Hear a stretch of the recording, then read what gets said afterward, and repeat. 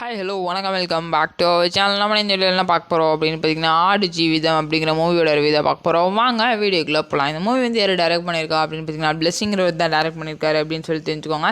அப்படியே இந்த மூவியோட ஸ்டோரியை லைட்டாக பார்த்துடலாம். மூவியோட ஸ்டோரி என்ன அப்படின்னு பார்த்தீங்கன்னா, நம்ம ஹீரோ வந்து நியூவாக மேரிட் ஆனதுக்கப்புறம் துபாய் போய் சூப்பராக வேலை பார்த்து செட்டில் ஆயிடலாம் லைஃப்பில் அப்படின்னு சொல்லிட்டு ஆசையோடு துபாய் போவார். ஆனால் துபாய் போனதுக்கப்புறம் தான் தெரியும் அவர் வந்து ஒரு பெரிய கம்பெனியில் ஒர்க் பண்ண போகிற அவர் வந்து ஒரு ஆடு மேய்க்கிறதுக்கு வந்து கூப்பிட்ருக்காங்க அப்படிங்கிறதே அவருக்கு அப்போ தான் தெரிய வரும். அதுக்கப்புறம் என்னடா இங்கே வந்து மாட்டிக்கிட்டோமே அப்படின்னு சொல்லிட்டு புலம்பிகிட்டே இருப்பார். அதுக்கப்புறம் அவர் என்னாச்சு, எப்படி அவர் லைஃப் இது பண்ணார் அப்படிங்கிறது தான் இந்த மூவி ஸ்டோரி. இந்த மூவி வந்து ஒரு மலையாள மூவி அப்படிங்கிறத தெரிஞ்சுக்கிறேன். இந்த மூவியோட ஃபர்ஸ்ட் ஹாஃப் வந்து அப்படியே ஸ்டார்ட் ஆயிரும். அவர் அங்கே கொண்டு போய் விட்டதுலேருந்து அவர் புலம்ப ஆரம்பிச்சிருவார்.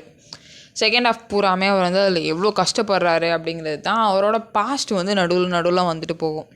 எப்படி இருந்தார், எப்படி மேரேஜ் பண்ணார், எப்படி விளாண்டார் அப்படிங்கிறதுலாம் வரும். இங்கே வந்து அவர் என்ன ஆசையோடு எப்படி நினச்சிட்டு வந்தாரோ ஆனால் இங்கே நடந்தது ஒன்றா இருக்கும். ஸோ இதுதான் ஆக்சுவலி இந்த மூவியோட அவுட்லைன்.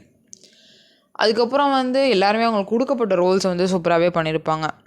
எல்லாருமே நல்லாவே நடிச்சிருப்பாங்க. இந்த மூவி வந்து ஒரு நல்ல கரெக்டான ப்ளேஸில் வந்து நல்லா எடுத்த மூவி தான்.